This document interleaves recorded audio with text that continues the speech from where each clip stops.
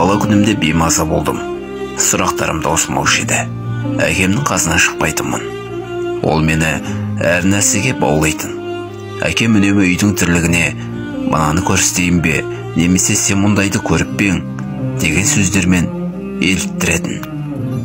Есімде қалғаны ауланы жинастыруға жетеді. Әкем қасыма келді де «Сен судың күн астында буға айналғанын көріп пе ең? Көрмедің бе? Жүр көрсетем» деді. Аулаға шықтық. Әкем шелектегі суды аулаға сыздықтатып сеуіп шықты. «Бірнеше минут күтейік, қазір бәрі кеуіп кетеді» деді. «Ал күткенше тек тұрмай сыпырып тастайық, ә? Сен оң жақтан баста, мен сол жақтан. Кім жақсы сыпыратынын байқайық. Мен ауланы сыпыруға алданамын. Әкемнен артық сыпырсам деп барымды салам». Сыпырып болғанда әкем «Көрдің бе, су жоқ болып кетті. Аула кеуіпті» деді.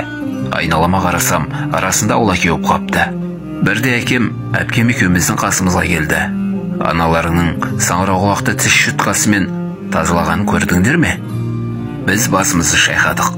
Әпсетте «Ал сендер қалай тазалайтындарыңды көре жіберелік» деген әкемнің бастамасынан соң жарыса жұмысқа жегілдік. Дастарханда тау болып үйіліп жатқан саңырауқұлақты үшеулеп лезде тазалап тастадық. «Арамшөптің тамыры қандай ұзын болатынын көргің келе ме?» дейтінде жұла бастайтын. «Міне қара, сәлден соң «Жоқ, олай жылмайды, былай істе» деп ақылын айтып отыратын.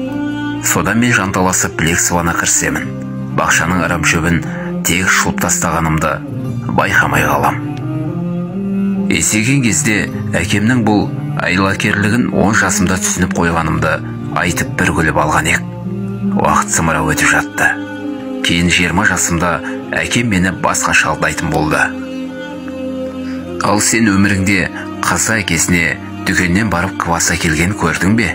деп әзілдейтін. «Көрдім әке, бара жатырмын» дейтінмін. Бала күнімде еске алып. Аударған Шынар Әбділда.